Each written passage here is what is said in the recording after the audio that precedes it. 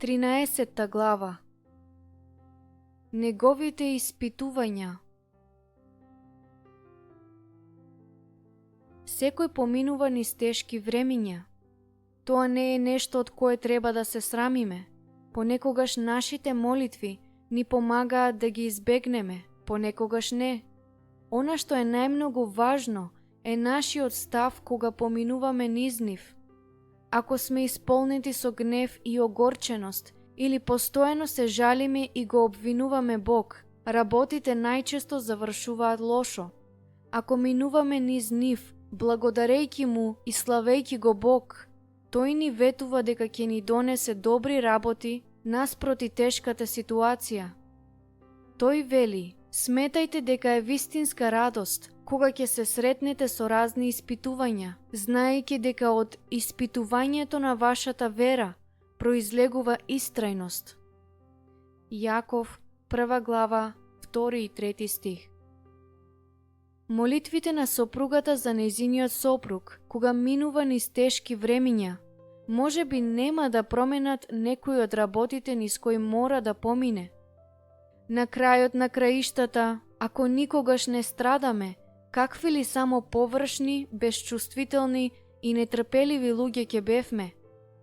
Но молитвата може да му помогне да го задржи својот позитивен став на благодарност, надеж, трпеливост и мир насреде тешките моменти и да не дозволи да жнее казната заради погрешната реакција.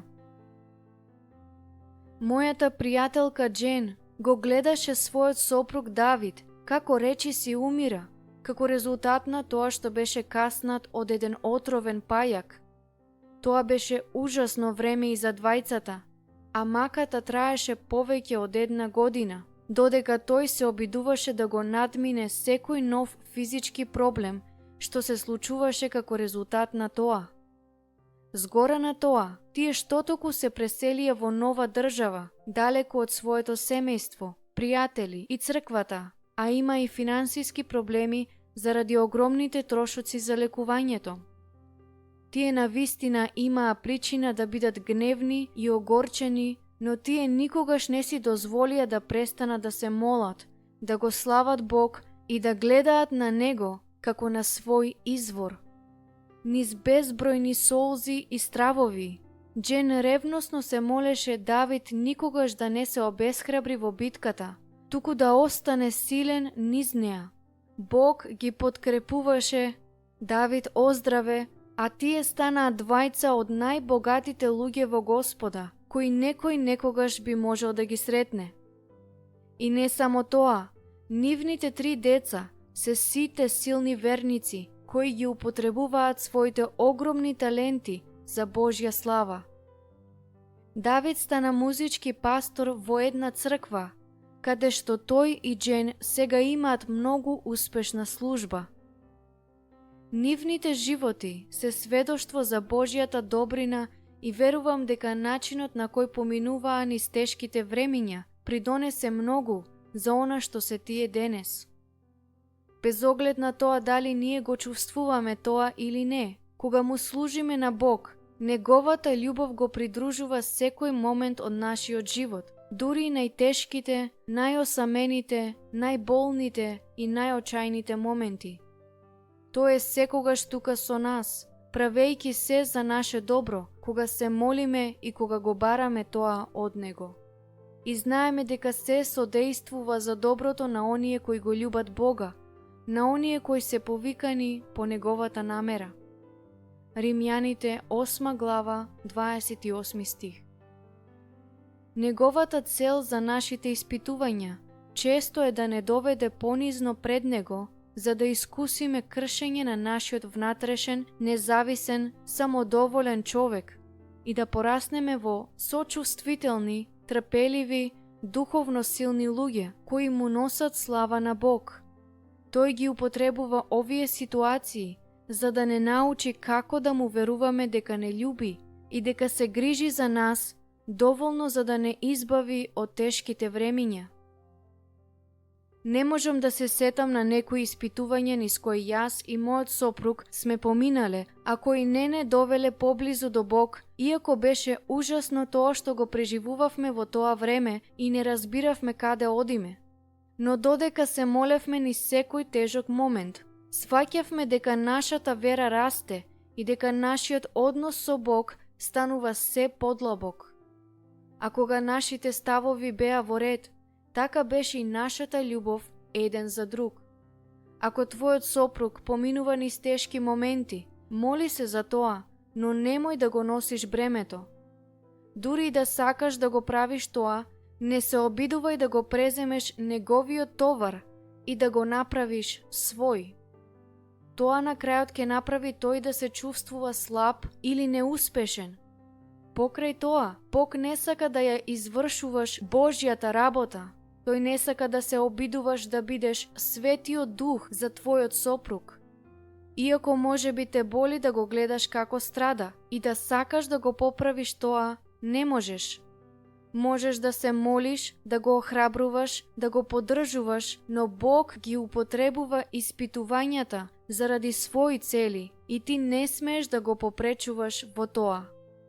Ако твојот сопруг се чувствува скршен под товарот на работите, како што се финансиски притисок, болест, неспособност, отпуштање од работа, проблеми со децата, брачни проблеми, катастрофи, несреќи во домот или нарушени односи, покани го Светиот Дух да ги земе неговите ситуации и да ги промени. Подсетувај го твојот сопруг на поголемата слика. Нашето страдање нема да биде ништо во споредба со Божјата слава, која ќе ни се открие ако правилно реагираме во тешките времиња. Сметам дека страдањата на сегашното време не се ништо во споредба со славата која ќе ни се открие нам. Римјаните, 8 глава, 18 стих. Охрабри го да рече: се можам преку Христос кој ми дава сила. Филипјаните, 4 глава, 13 стих. Моли се твојот сопруг да може да остане што поблизу до Бог, се додека не дојде до знаење дека ништо не може да го раздели од неговата љубов, ниту она низ кое поминува сега, ниту она што ќе се случува во иднина. Зашто уверен сум дека ни смртта, ни животот, ни ангелите, ни властите, ни сегашноста, ни иднината, ни силите, ни височината, ни длабочината, ниту кое било друго создание, не може да не одвои од Божјата љубов, која е во Христос Исус, нашиот Господ.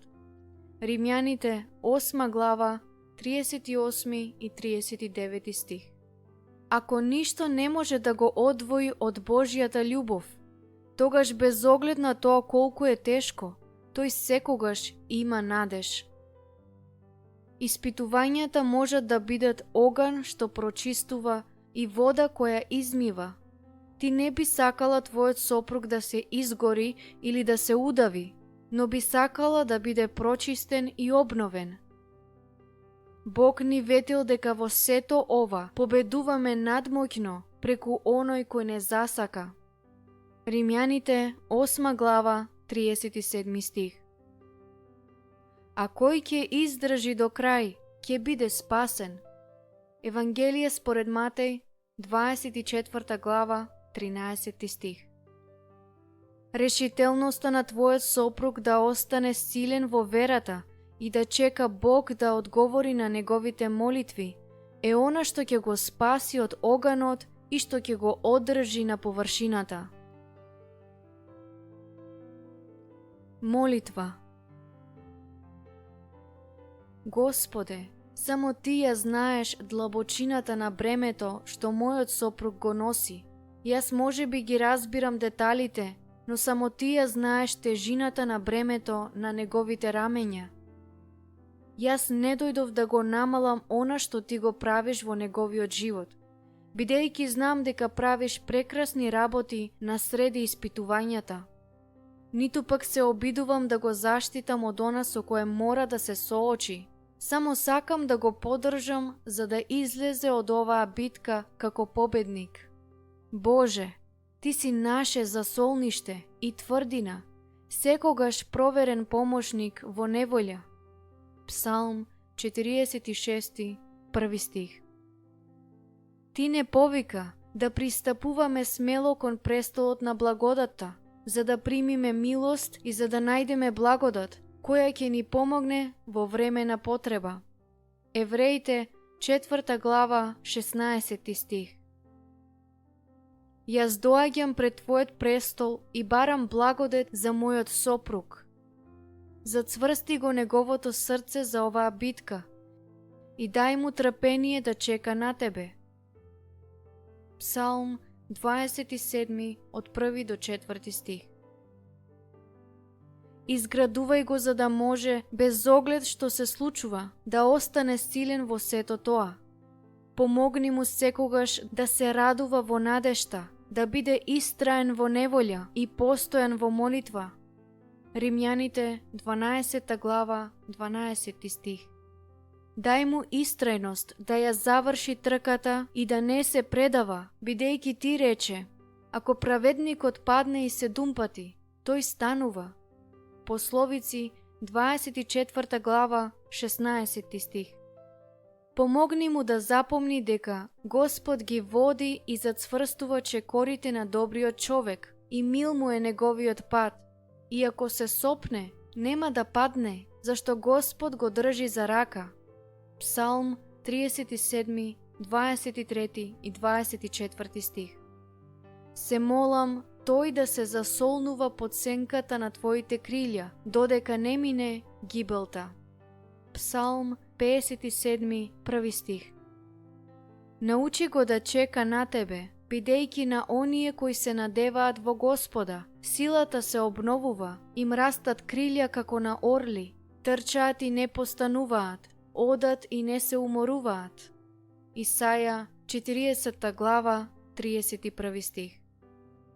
Се молам да ја најде својата сила во Тебе и додека те повикува, ти да го чуеш и да го избавиш од сите негови неволи. Псалм 34, 6 стих. Мокни алатки. А за ова радувајте се многу, иако сега за кратко може би бевте на мака од разни испитувања. Та вредноста на вашата вера, која е поскапоцена од пропадливо злато, кое се испробува со оган, да се покаже за пофалба, слава и чест при откровението на Исус Христос. 1 Петар, 1 глава, 6 и 7 стих. Довери му е на Господа сета своја грижа, и тој ќе те подкрепи. Не ќе остави никогаш да се сопне праведникот. Псалм 55, 22 стих. А јас ќе го повикам Бога и Господ ќе ме спаси. Навечер, наутро и напладне ќе плачам тажно, но тој ќе го чуе мојот глас. Ќе ми даде мир од оние што ме гонат, зашто се мнозина против мене. Псалм 55 од 16 до 18 стих. Многу и големи трпенија фрли врз мене, но ти ќе ме оживееш пак и пак ќе ме кренеш од длабочината на земјата. Зголеми го моето достоинство и утеши ме пак. Псалм 71, 20 и 21 стих.